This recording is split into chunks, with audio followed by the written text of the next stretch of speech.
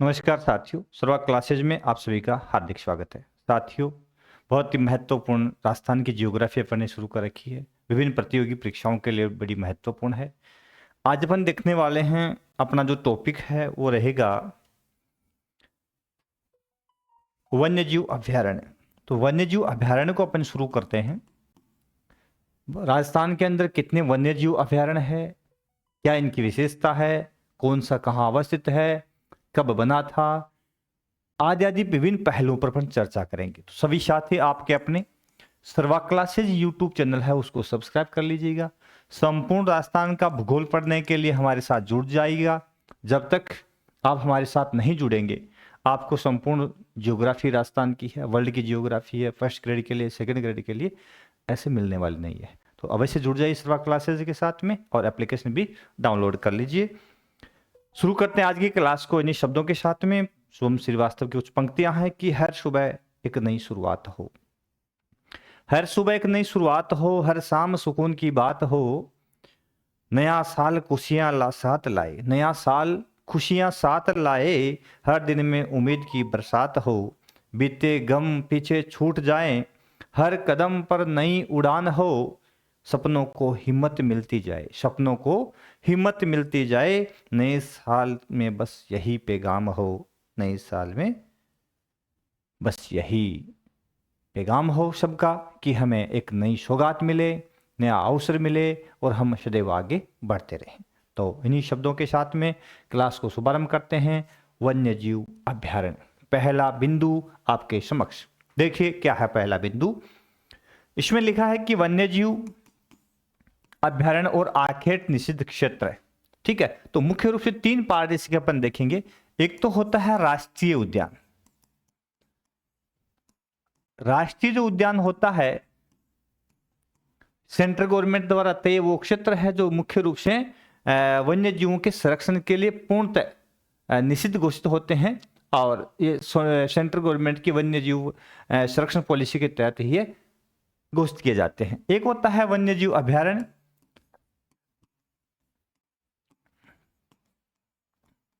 ठीक है, और एक होता है आखेट निषिद्ध क्षेत्र। ठीक है, आखेट निषिद्ध क्षेत्र।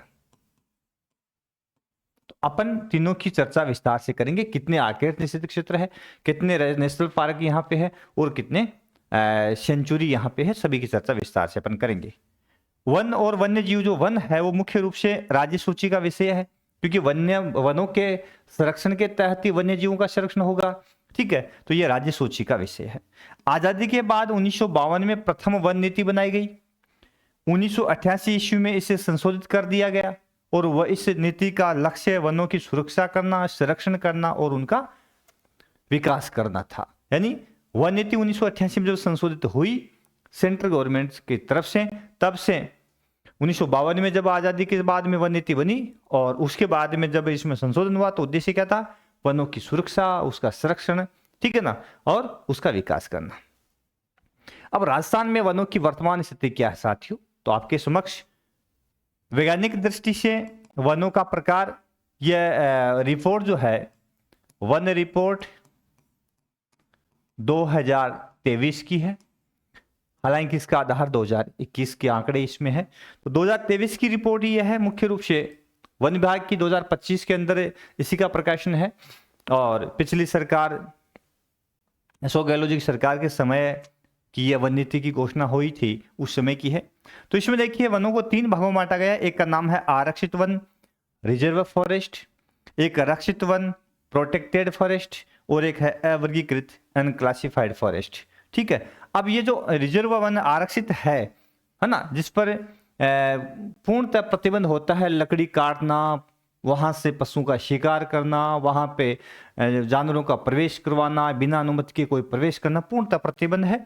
तो ये एरिया अपना जो कुल वन क्षेत्र है उसमें 12,176.28 वर्ग किलोमीटर है। ठीक है, यानी क्षेत्रफल वर्ग किलोमीटर के अंदर।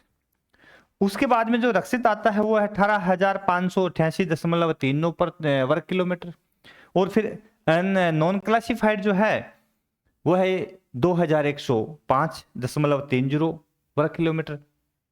टोटल जो वन क्षेत्र आता है राजस्थान का वो है 32,869.69 वर्ग किलोमीटर। समझ गए।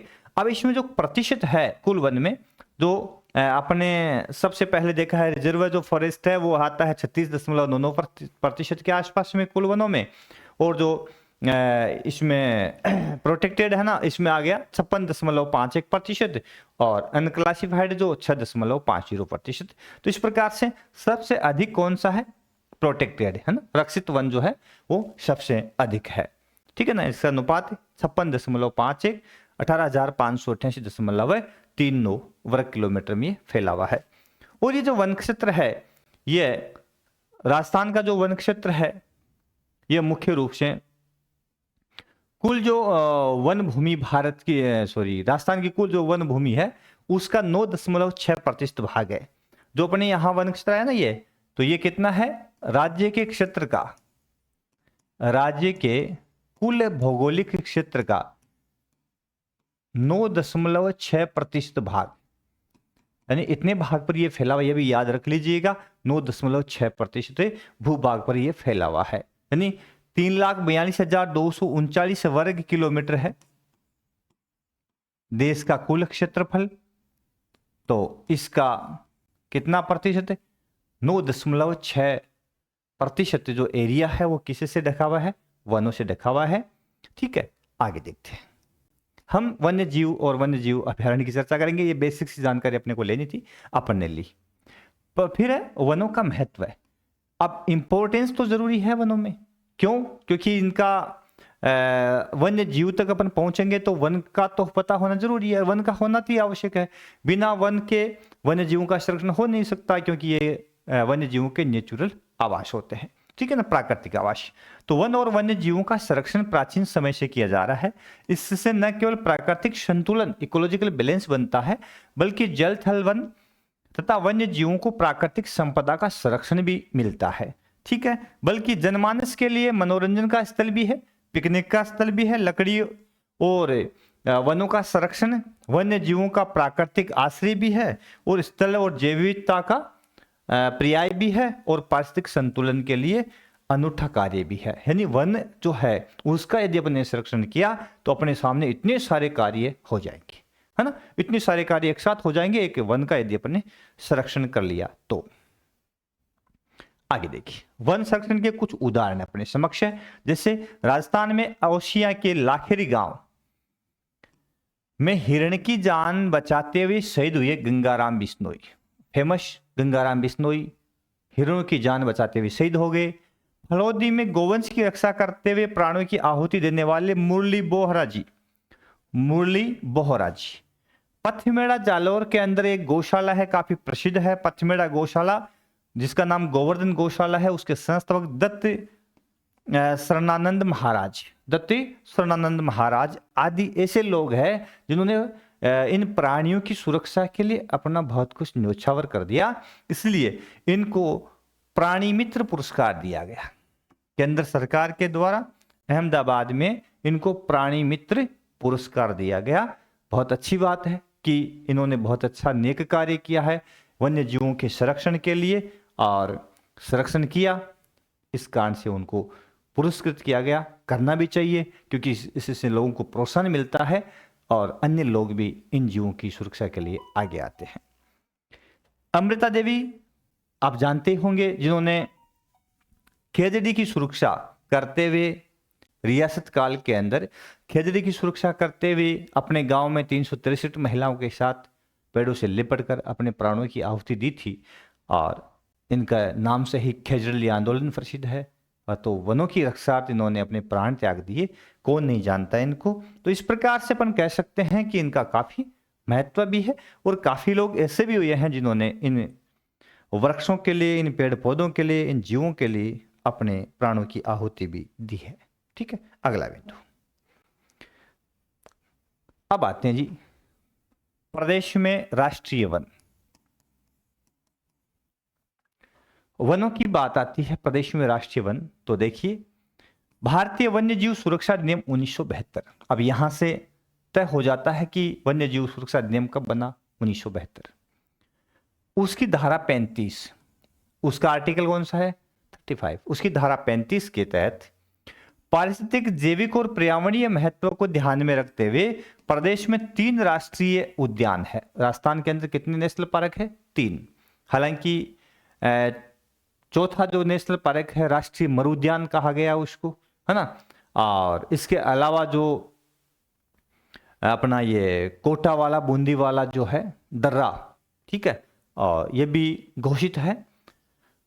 26 वन्यजीव अभ्यारण्य, ठीक है, और 22 संरक्षण रिजर्व क्षेत्र। तो 22 संरक्षण, 26 वन्यजीव अभ्यारण्य और 3 नेशनल पार्क, ठीक है। एक यहाँ पे मरुद्यान, नेशनल डेजर्ट सेंचुरी कह सकते हैं, राष्ट्रीय मरुद्यान जो जैसलमेर के अंदर है वो भी घोषित है।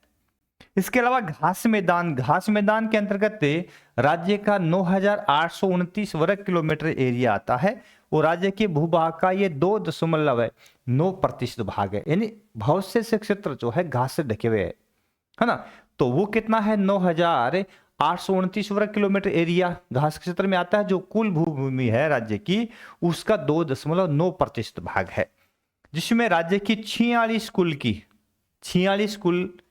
188 वंश, यानी 46 कुल 188 वंश और उसकी 375 प्रजातियां निवास करती। देखो, एक घास प्रदेश भी, वन तो होना ही होना है, एक घास प्रदेश भी कितना महत्वपूर्ण है कि उसमें विभिन्न जीवों के कुल कितने रह रहे हैं? 46 कुल रह रहे हैं। अपन कहते हैं ना ये किस कुल का है, ये किस कुल का है, ठीक वैसे ही 188 वंश है उनके, है ना, और प्रजातियां 375 प्रजातियां निवास करती है इन घास भूमियों में, जो 9,829 वर्ग किलोमीटर में है।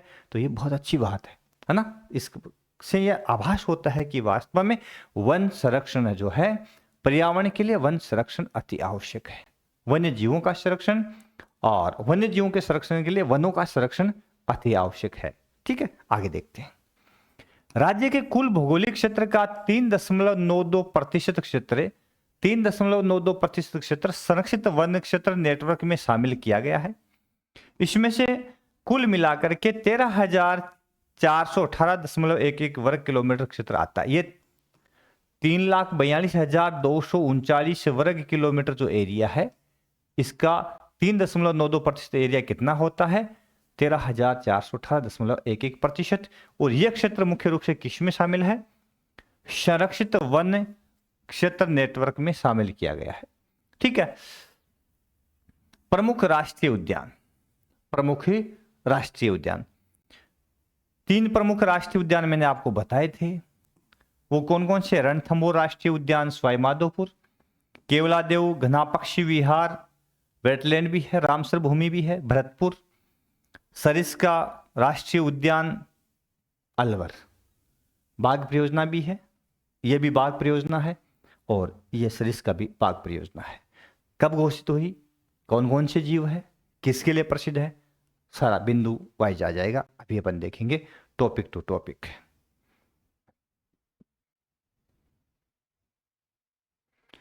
ठीक है, तो ये हो गई 3। अब इसमें एक और अपना 2012 के अंदर घोषित हो चुका है, ठीक है। चौथा कौन सा? मुकुंदरा हिल्स या दर्रा। मुकुंदरा हिल्स कोटा चित्तौड़गढ़ के अंदर है। हिल्स राष्ट्रीय उद्यान। 4 हो गए ना।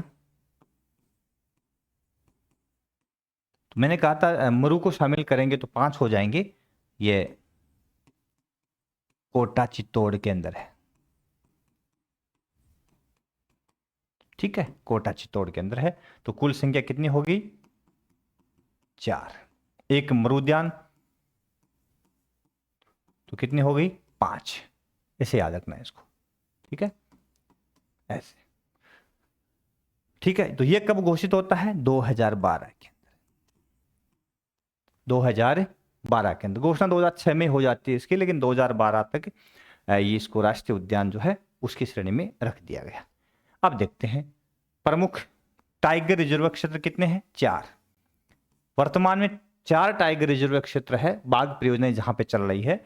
रणथंभौर राष्ट्रीय उद्यान सवाई माधोपुर में टाइगर रिजर्व क्षेत्र इसको माना गया है, क्योंकि आपको पता है कि वन्य जीव संरक्षण अधिनियम 1972 के तहत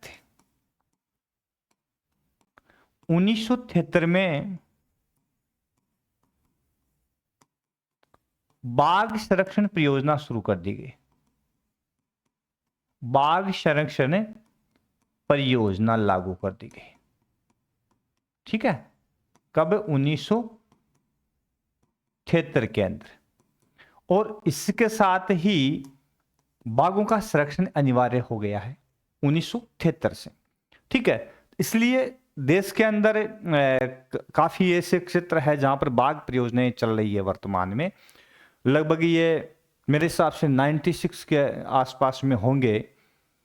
कुल 107 राष्ट्रीय उद्यान देश के अंदर है, तो उसमें काफी ऐसे क्षेत्र जहां पे बाघ परियोजना चल रही है। थोड़ा सा कंफर्म नहीं है, राष्ट्रीय की बात करेंगे बाद में। सरिस्का राष्ट्रीय उद्यान अलवर के अंदर भी बाघ परियोजना, मुकुंदरा हिल्स कोटा बूंदी ये भी बाघ परियोजना है, राष्ट्रीय उद्यान भी है। और रामगढ़ विषधारी ये बूंदी के अंदर है, यहाँ पर भी बाघ परियोजना है। तो मुख्य रूप से टाइगर रिजर्व क्षेत्र कितने हैं? 4।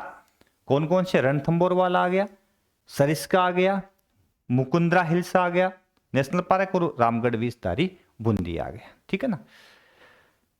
अगला बिंदु आता है रामसर साइट। रामसर साइट क्या है, मुख्य रूप से क्या इसका उद्देश्य है? तो आर्द्र भूमियां जो है ना, आर्द्र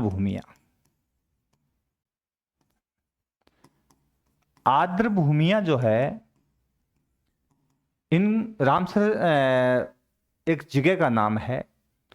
यहां पे ईरान के अंदर एक सम्मेलन हुआ था लगभग 1971 के अंदर, और 75 में वो लागू हुआ था, इम्प्लीमेंट हो गया था, उसका इम्प्लीमेंटेशन हो गया था।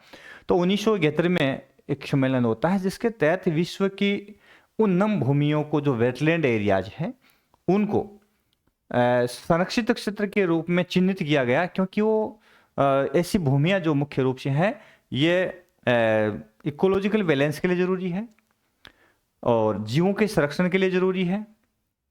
ठीक है ना। और विभिन्न प्रकार की प्रजातियों का आश्रय स्थल भी है ना। इसलिए आर्द्र भूमियां जो मुख्य रूप से हैं, उन भूमियों को किसमें शामिल किया गया?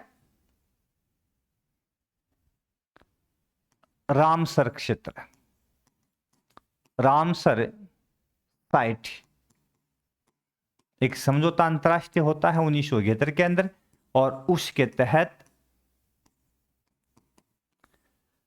ऐसे क्षेत्र जो नम है उनको, आर्द्र भूमियों को संरक्षित क्षेत्र के रूप में घोषित किया गया, ताकि वन्य जीवों का संरक्षण, विभिन्न प्रजातियों का संरक्षण हो सके। क्योंकि ये आर्द्र भूमियां जो होती है, अनेक जीवों की प्रजातियों के आश्रय स्थल होते हैं, है ना। तो बहुत सारे जीवों को यहाँ पे शरण मिलती है, उनकी प्रजाति बसती है। इसमें बहुत फायदा होता है। इसके अंदर कार्बन, इस यहाँ पे बहुत अधिक कार्बन जो है उसका संग्रह भी होता है। साथ साथ में ये आर्द्र भूमियां, उसमें कई जो जलीय वनस्पतियां ग्रोथ करती है, कई से जलीय जीव है जो काफी अधिक ग्रोथ करते हैं। तो काफी फायदा है इसका। तो रामसर साइट के तहत केवलादेव राष्ट्रीय उद्यान अलवर है, इसको वेटलैंड में शामिल किया गया है। रामसर साइट में शामिल आर्द्र भूमि में शामिल किया गया है। और एक सांबर झील जो है उसको भी आर्द्र भूमि में शामिल कर दिया गया है। ठीक है। तो आर्द्र भूमि क्षेत्र केवलादेव राष्ट्रीय उद्यान अलवर और सांबर झील जयपुर। 2025 में 3 और क्षेत्र लिए गए थे। 3 ऐसे क्षेत्र लिए गए हैं 2025 के अंदर, किसमें? रामसर के अंदर शामिल किया गया है उनको। तो वो कौन कौन से क्षेत्र है अभी बताता हूं मैं। रामसर क्षेत्र लिया था मैंने, बहुत शानदार अच्छी क्लास आपके लिए मैंने तैयार की। रामसर साइट यहाँ से तो एक टॉपिक भी लिया था मैंने। रामसर साइट्स अंतर्राष्ट्रीय महत्व की आर्द्र भूमि वेटलैंड्स होती है, जिन्हें ईरान के शहर रामसर में सन 1971 में हस्ताक्षरित किया गया। और वेटलैंड पर कन्वेंशन एक सम्मेलन होता है। ठीक है, कन्वेंशन एक सभा होती, सम्मेलन होता है विभिन्न देशों का। उसके तहत संरक्षित किया गया इन आर्द्र भूमियों को, और जिसका मुख्य उद्देश्य था आर्द्र भूमियों के संरक्षण और सतत उपयोग को बढ़ावा देना, ताकि विभिन्न वन्य जीव संरक्षण की प्रजातियां जो है ना, जीवों की प्रजातियों को जीवों की प्रजातियों का संरक्षण हो सके, है ना, प्रजातियों के संरक्षण के लिए, क्योंकि इनसे बहुत अधिक मात्रा में प्रजातियां हैं वो संरक्षित की जा सकती है, ठीक है ना, इस कारण से। अब देखो ये रही तीन मैंने ली थी, थोड़ा सा आगे आ गया टॉपिक। केवलादेव राष्ट्रीय उद्यान, इसमें भरतपुर 1981 में शामिल की गई थी, और सांबर झील जयपुर नागौर का एरिया इसमें आता है, 1990 में शामिल है, क्योंकि इसमें नागौर का हिस्सा भी आता है। और खिंचन वेटलैंड है फलौदी, वर्तमान फलौदी जिला, जून 2025 में इसमें को शामिल किया गया था। मेनार वेटलैंड क्षेत्र है जो उदयपुर का है, जून 25 में इसको शामिल किया गया था। और सिलीसेड झील अलवर की है, दिसंबर 2025 में इसको भी वेटलैंड में शामिल किया गया। तो वर्तमान में वेटलैंड क्षेत्र राजस्थान के कितने हो गए मेरे दोस्तों? 5 हो गए। कितने हो गए? 5, ठीक है ना, याद रखिएगा इनको। चलते हैं वापिस उसी जगह जहां आपने छोड़ा था। तो वर्तमान वेटलैंड कितने हो गए? 5। उसके बाद में राज्य के अंदर मृगवन है 6।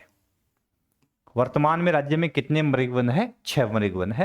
यानी जो मृग है उनको स्वतंत्र विचरण करने के लिए, उनको संरक्षण देने के लिए, उनको प्राकृतिक आवास देने के लिए मृगवन की घोषणा की गई है वन्य जीव अधिनियम के तहत। पहला है चित्तौड़गढ़ मृगवन, जिसकी स्थापना 1969 ईस्वी में हुई थी। दूसरा है सज्जनगढ़ मृगवन, 1984 में स्थापित हुआ था। तीसरा है संजय उद्यान, 1986 में स्थापित हुआ था। चौथा है पुष्कर मृगवन, 1985 में स्थापित हुआ, बताएंगे विस्तार से सबके बारे में। छठा अशोक विहार मृगवन, 1986। और सातवां माचिया सफारी पार्क, 1985। तो कुल मिलाकर के 6 मृगवन वर्तमान में कितने हैं राजस्थान के अंदर? 6 मृगवन है। बारी बारी से प्रत्येक की चर्चा विस्तार से अपन करेंगे, आप चिंता मत करना। अब चलते हैं पहला राष्ट्रीय उद्यान, रणथंभौर राष्ट्रीय उद्यान। इसकी विस्तार से चर्चा करते हैं अपन। किस जिले में है? सवाई माधोपुर के अंदर। सवाई माधोपुर के अंदर है। अब सवाई माधोपुर जिला जो मुख्य रूप से है उसके अंदर जो सवाई माधोपुर सिटी है, उस सिटी के पास में ही मुख्य रूप से ये रणथंभौर राष्ट्रीय उद्यान है। इस उद्यान के अंदर मुख्य रूप से रणथंभौर दुर्ग भी है। आपको पता है काफी प्राचीन दुर्ग रहा है। जब पृथ्वीराज तृतीय दिल्ली में हार जाता है तो उसका पुत्र, आपको पता है उसका पुत्र है, वो अपनी राजधानी, अपनी शरण लेने के लिए इसी दुर्ग में आता है। और फिर आगे चल करके यहाँ कई शासक हुए हैं, विशेष रूप से हमीर काफ़ी प्रसिद्ध हुआ है यहाँ इस प्रदेश के लिए। और इसको जीतने के लिए अलाउद्दीन ने अपना अभियान चलाया था, और 1301 में इस किले को उसने फतेह भी कर लिया था। उसके बाद में वो चित्तौड़ की तरफ बढ़ा था। बड़ी बातें विस्तार से करेंगे कभी हिस्ट्री में चलेंगे तो रणथंभौर दुर्ग के चारों ओर का जो क्षेत्र है, जिसकी एरिया है 392 वर्ग किलोमीटर। कितना एरिया है? 392 वर्ग किलोमीटर एरिया है ना। इसके अंदर मुख्य रूप से रणथंभौर राष्ट्रीय उद्यान फैला हुआ है। इसके 2 भाग इस एरिया के। एक तो भाग है जिसको कोर क्षेत्र कहते हैं, वो 284 वर्ग किलोमीटर में है ना। तो रणथंभौर एरिया का जो कोर क्षेत्र आता है, कई बार पूछ लेते हैं कोर क्षेत्र कितना है इसका, तो 284 वर्ग किलोमीटर में इसका कोर क्षेत्र है। और जो शेष अन्य भाग है उसमें आता है 108 वर्ग किलोमीटर दूसरा, ठीक है। तो कुल मिलाकर के दोनों की यदि संयुक्त रूप से अपन देखते हैं तो 392 वर्ग किलोमीटर क्षेत्र में ये फैला हुआ है। रणथंभौर की अपन बात कर रहे हैं तो आजादी से पूर्व आमेर घराना जयपुर, उस समय आमेर कच्छावा राजपूतों की राजधानी, जहां पे भारमल है, भगवान दास है, मान सिंह है, जय सिंह है, महाराणा ये स्वाई जय सिंह है, प्रताप सिंह है, विभिन्न शासक यहाँ से जो हुए थे आमेर घराने से। तो इसी आमेर घराने का ये मुख्य रूप से शिकारगाह होता था। यानी राजा महाराजा इस प्रदेश में शिकार के लिए शौक पूरा करने के लिए आते थे। 1955 के अंदर, सबसे पहले 1955 में इसको वन्य जीव अभयारण्य घोषित किया आजादी के बाद। कब? 1955 के अंदर, याद रखिएगा 1955 के अंदर, ठीक है। उसके बाद में 1980 में इसे राष्ट्रीय उद्यान का दर्जा मिला। 1980 में 1980 के अंदर इसको राष्ट्रीय उद्यान का दर्जा दे दिया गया। 1976 में यहां बाघ परियोजना शुरू कर दी गई, क्योंकि 1900 बाघ परियोजना जो है मुख्य रूप से 72 के बाद वन्य जीव संरक्षण अधिनियम बना 1972 के अंदर, और 1973 में बाघ परियोजना केंद्र सरकार ने लागू की। और 1976 में सबसे पहले बाघ परियोजना राजस्थान में कहां लागू की? रणथंभौर के अंदर। कहाँ लागू की? रणथंभौर में। ठीक है, ये किला काफी ऊंचाई पर स्थित है और चारों ओर से वनस्पतियों से, झाड़ झंझाड़ से घिरा हुआ है। अबुल फजल ने कहा भी था कि बाकी किसके लिए सब नंगे राजस्थान के, ये बख्तरबंद है ना, ये कपड़े पहने किला है, क्योंकि चारों ओर से काफी अधिक मात्रा में ये झाड़ियों से घिरा हुआ प्रदेश है। यहाँ अभ्यारण्य में कुछ विशेषताएं इस अभ्यारण्य की है।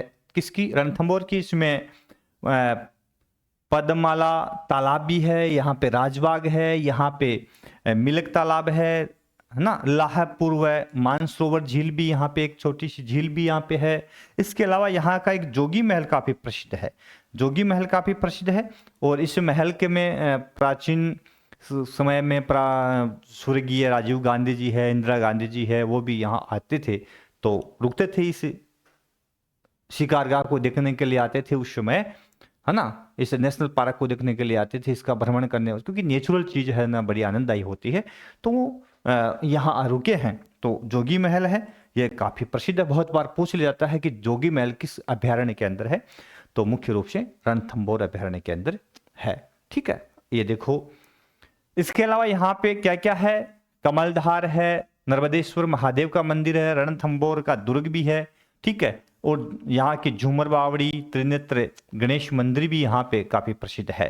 ये इसका आपको डायग्राम दिखाई दे रहा है, नेशनल रणथंभौर टाइगर रिजर्व क्षेत्र, है ना, और ये इसका मुख्य द्वार है जहाँ से आगे बढ़ते हैं देखने के लिए, इस द्वार से टिकट मिलता है, और उसके बाद में कुछ जिप्सियाँ हैं, उनके माध्यम से सेफ्टी के साथ जाना होता है, वरना यहाँ पे भाग रहते हैं, वो कभी नाश्ता बना सकते हैं आपका, तो कभी घूमने जाओ तो हालांकि ऐसे तो कौन जाने देगा आपको, उसी हिसाब से आपको आगे ले जाएंगे। ये त्रिनेत्र मंदिर काफी प्रसिद्ध है सवाई माधोपुर का। इसके साथ साथ में ये जोगी महल है ना, ये जोगी महल है जो काफी महत्वपूर्ण रहा है, काफी पर्यटकों का आकर्षण का केंद्र भी रहा है। ठीक है ना। यहाँ पे आगे है दूसरा नेशनल पार्क, केवलादेव घना पक्षी विहार। केवलादेव घना पक्षी विहार, भरतपुर। यह भरतपुर सिटी के जस्ट पास में ही है, दक्षिण पूर्व दिशा के अंदर ये केवलादेव घना पक्षी विहार है, यानी सिटी के पास में। जयपुर आगरा जो रोड है, नेशनल हाईवे जयपुर आगरा, तो उसी हाईवे पे ऐसे मानो कि हाईवे पे ही है ये। ठीक है ना, इसका मुख्य द्वार जो है हाईवे पे ही है, तो जयपुर आगरा हाईवे पे है ये, और बहुत महत्वपूर्ण जगह है ये, देखने लायक है, बहुत सुंदर भी है, और काफ़ी अधिक रोचक इसलिए कि यहाँ पे अब जैसे नवंबर का महीना स्टार्ट होता है, सर्दियाँ, तो सर्दियों में लाखों की संख्या में जीव जंतु है, विदेशी पक्षी आते हैं। आपको पता है कि यहाँ मध्य एशिया से, साइबेरिया से, है ना, साइबेरियन क्रेन है, सारस है, बहुत सारे पक्षी वहाँ से भ्रमण करने के लिए, शीतकाल में अपने आप को बचाने के लिए, अपना जीवन आगे बढ़ाने के लिए इस क्षेत्र में आते हैं। बहुत ही शानदार जगह है। कुछ फोटोज में आपको दिखाऊंगा क्लिक किया हुआ कि किस तरह के पक्षी यहाँ पे रहते हैं, और क्या है ये देखते हैं। केवलादेव घना पक्षी विहार चलते हैं, भरतपुर के अंदर चले। यह पक्षियों का स्वर्ग कहलाता है। तो किस नाम से पुकारा जाता है? पक्षियों का स्वर्ग। बहुत अच्छा नाम है इसका, क्योंकि यहाँ खूब सारे पक्षी निवास करते हैं। यह पक्षियों की एशिया की सबसे बड़ी शरण स्थली है, एशिया की सबसे बड़ी शरण स्थली है ना। तो इसका मतलब ये बहुत महत्वपूर्ण है पक्षियों के शरण स्थली के रूप में। कौन? केवलादेव। यह भरतपुर शहर के दक्षिण पूर्व में स्थित है, जस्ट शहर के पास में है, शहर से बाहर नहीं है, और सिर्फ हाईवे निकलता है, हाईवे के जस्ट एक दूसरी साइड के अंदर ये अभ्यारण्य बना हुआ है। यह रामसर कन्वेंशन के अनुसार विश्व की आर्द्र भूमि भी है, मैंने बताया था, है ना, आर्द्र भूमि 5 हो गई है, तो यह आर्द्र भूमि में से एक है। यह अभ्यारण्य 28.73 वर्ग किलोमीटर में फैला हुआ है। कितने में? 28.73 वर्ग किलोमीटर इसका एरिया है। ठीक है ना। और यहाँ बाणगंगा नदी का जो बैकवाटर है, बाणगंगा नदी का झील का पानी आकर के इसमें समाहित होता है। कुछ दिन पहले यहाँ पर पानी सूख गया था, तो बाणगंगा की सहायक नदी एक गंभीर नदी, उस नदी का पानी इसमें डाला गया था और इसको पुनः भरा गया, ताकि वन्य जीव यहाँ पे रह रहे हैं, जलीय जीव रह रहे हैं, वनस्पतियां जो है उसका संरक्षण हो सके, है ना। तो यह है, ये देखो यहाँ पे बड़े सुंदर पक्षी यहाँ पर नजर आएंगे आपको। केवलादेव के अंदर विदेशी पक्षी आते हैं, साइबेरियन क्रेन आता है, पेटेंट स्टार्क। ये जो पक्षी है ना, ये पक्षी, ये फोटो मेरा ही लिया हुआ है, मेरा खुद का फोटो लिया हुआ है ये। हम देखने के लिए गए थे वहाँ पे 2 साल पहले, तो ये खुद का लिया हुआ फोटो है। इसको बोलते हैं पेंटेड स्टार्क। ये मध्य एशिया का पक्षी है और पेंटेड स्टार्क बहुत सुंदर है, काफ़ी लंबी टांगे इसकी है, लंबी चोंच है और समूह में रहते हैं। विश्व मुख्य रूप से इस प्रदेश में वो शीतकाल में ये पक्षी आते हैं। साइबेरियन क्रेन भी यहाँ पे आता है। तो बहुत सुंदर पक्षी आपको नजर आ रहा होगा, पेंटेड स्टार्क।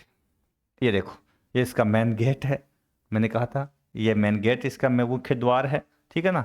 और इसके ऊपर लिखा है बाकायदा, घना पक्षी विहार का प्रवेश द्वार है। यहाँ पे एक अपन इसमें आगे बढ़ते हैं तो लास्ट तक जाएंगे जहाँ पे वन विभाग के या अभयारण्य के जो कर्मचारी रह रहे हैं, वहाँ पे एक व्यू पॉइंट बना रखा है। व्यू पॉइंट है यानी अभयारण्य को नजर चारों ओर देखने के लिए, उसके पर ध्यान रखने के लिए, जीवों का या दूसरे लोगों के अतिक्रमण का ध्यान रखने के लिए एक व्यू पॉइंट मान लेते हैं, पर्यटकों के लिए मान लेते हैं कि वो सुंदर व्यू पॉइंट है। तो उस व्यू पॉइंट के ऊपर चढ़ करके वहाँ से यदि अपन पोज लेते हैं और उसका यदि सीन देखते हैं, बड़ा सुंदर और मनमोहक लगता है। वहीं से लिया गया है, उसी व्यू पॉइंट से लिया गया सीन है, ठीक है ना। इसको तो ज़्यादा क्या बताना, आगे देखो। अब यहाँ पे शीतकाल में अनेक विदेशी पक्षी आते हैं, जैसे साइबेरियन क्रेन आता है, मैंने कहा सारस आता है, पेंटेड स्टार्क जिसको जांघिल भी बोलते हैं, इसका हिंदी नाम क्या है, जांघिल भी कहते हैं, पेंटेड स्टार्क है, बगुले भी होते हैं, अंजन है, इसके पनडुब्बी स्कैन बर्ड भी यहाँ पे पाया जाता है। तो अपन कह सकते हैं कि यह मनोरंजन का अजायब घर है। इन पक्षियों के लिए यह जो जगह है, ये पक्षी भी मनोरंजन खूब करते हैं यहाँ पे, तो ये पक्षियों के लिए भी मनोरंजन का अजायब घर कह सकते हैं इसको, ठीक है ना। बहुत अच्छी जगह है ये, आप भी कभी जाओ तो जरूर देख के आना। तो रामसर साइट की बात मैंने की थी अभी। अंतर्राष्ट्रीय सम्मेलन 1971 में होता है, ईरान के अंदर रामसर शहर में होता है, जहाँ पे अंतर्राष्ट्रीय समझौता था, जिसके तहत आर्द्र जो भूमियाँ थी, उन आर्द्र भूमियों को चिन्हित करने के ऊपर निर्णय होता है, ताकि जो नम क्षेत्र में पाए जाने वाले जीव जंतु है उनका संरक्षण किया जा सके और इकोलॉजिकल बैलेंस है उसको बचाया जा सके, ठीक है साथियों। उसके लिए ये रामसर साइट, और इस साइट के तहत यहाँ पे लिखा है कि ये साइटें जैव विविधता के लिए बड़ी महत्वपूर्ण है, जो प्रवासी पक्षियों और कई लुप्त प्राय प्रजातियों को आश्रय देती है नम भूमियाँ। साथ ही बाढ़ नियंत्रण और जलवायु परिवर्तन समन में भी मदद करती है। भारत में वर्तमान 2025 के अंत तक 96 रामसर है भारत के अंदर, 96 रामसर क्षेत्र है भारत के अंदर, अकेले भारत के अंदर, और ये काफ़ी ज़्यादा है ना। 96 रामसर भारत के अंदर है, जिनमें से सबसे अधिक कहाँ पे है, तमिलनाडु। कितनी है, मेरे हिसाब से 20, सबसे अधिक तमिलनाडु में 20 रामसर साइट्स है ना, आर्द्र भूमियाँ चिन्हित है तमिलनाडु की, लगभग 20 2025 के तहत, ठीक है ना। भारत में 96 है, ये बहुत ज़्यादा है विश्व के अंदर, ठीक है। उसके बाद में अगला आता है अभयारण्य सरिस्का राष्ट्रीय उद्यान अलवर, ठीक है। चलें सरिस्का, चलो चलते हैं सरिस्का, चलते हैं।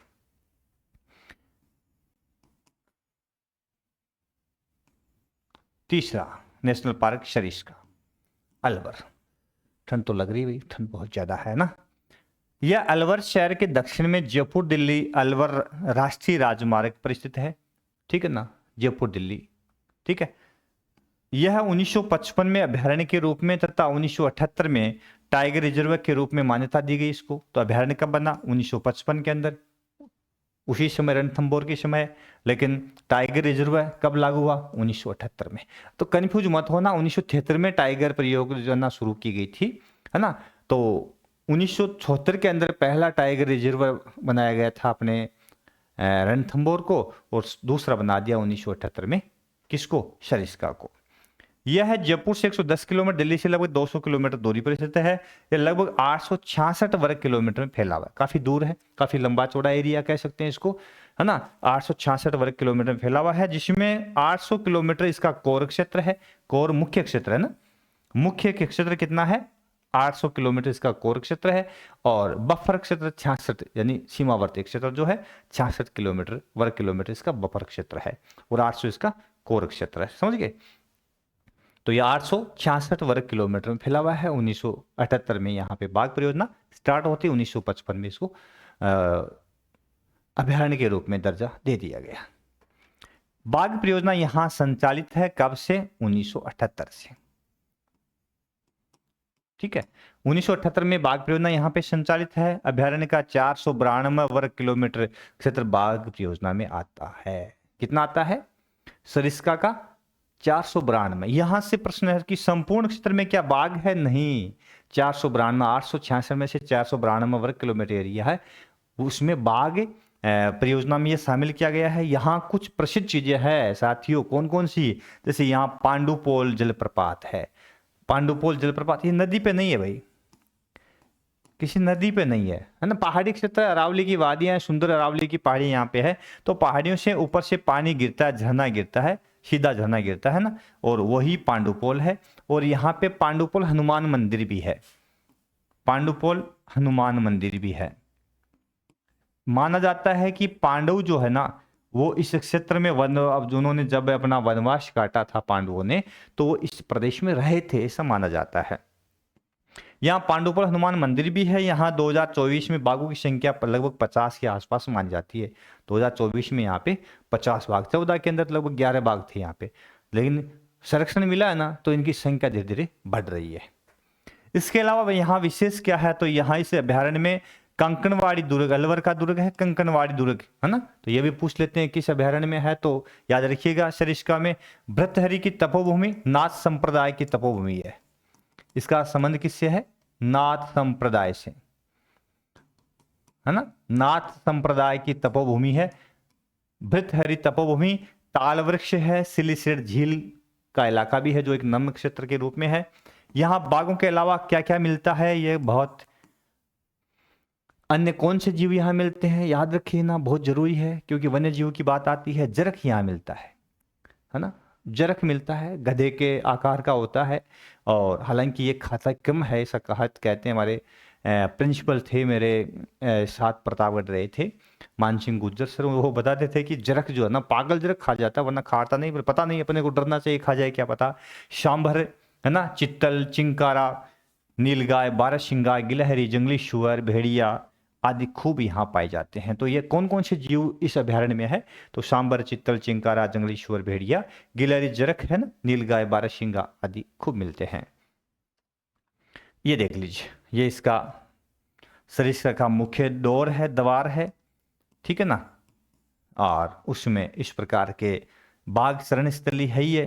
तो बाघ ये बैठा वेट में है अपने शिकार के लिए। शिकार इसके नजदीक ही आ रहा, आपको पता है।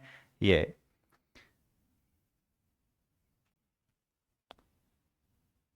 तो ये था 3 नेशनल पार्क की चर्चा विस्तार से अपने कर ली है। कौन कौन से? रणथंभौर की चर्चा कर ली। इसके अलावा किसकी चर्चा की अपन ने? सरिस्का की चर्चा कर ली। और किसकी? केवलादेव की चर्चा कर ली है। तो बहुत अच्छी क्लास तैयार की थी मैंने, आपको कैसी लगी जरूर अवश्य बताइएगा, है ना। थोड़ा सा इनका मानचित्र नहीं देखा था, तो मानचित्र इनका अपन देख लेते हैं कि इनकी अवस्थिति कहाँ कहाँ पे है। तो इनकी अवस्थिति थोड़ी अपन मानचित्र में अवश्य देख लेते हैं कि राजस्थान का मैप आपके समक्ष है ही। न्यू राजस्थान 41 जिलों के अनुसार है, ठीक है। तो सबसे पहले अपन चलते हैं, हमने देखा था रणथंभौर राष्ट्रीय उद्यान। तो ये अपना जो जिला है, मैं आपको ये बता देता हूँ, निकेट कर देता हूँ अलग से कौन सा जिला है। ये सवाई माधोपुर, ठीक है। और इसके अलावा अपन चलेंगे, अच्छा ये पुराने वाला मैप पे आ गई क्या?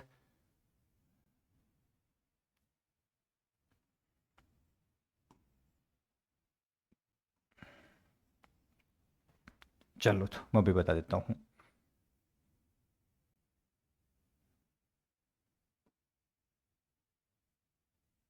ठीक है, अब देखो, अभी भर देंगे अलग अलग कलर। देखो ये तो हो गया अलवर,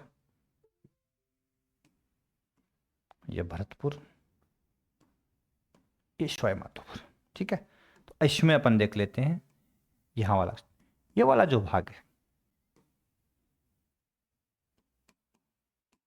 ये वाला जो क्षेत्र है, अरे क्यों नहीं आ रहा है? हाँ, ये वाला जो भाग मुख्य रूप से ये वाला है, तो यहाँ पे रणथंबोर, कौन सा है? रणथंबोर, तो दिखाई भी नहीं दे रहा ना। और यह है अपना भरतपुर, ठीक है ना। तो यहाँ पे केवलादेव,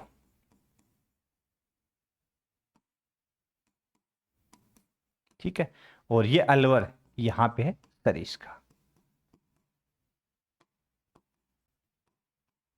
ठीक है। ये लो जी, तो ये सरिस्का, ये केवलादेव और ये रणथंबोर, सवाई माधोपुर। और ये हो गया कौन सा?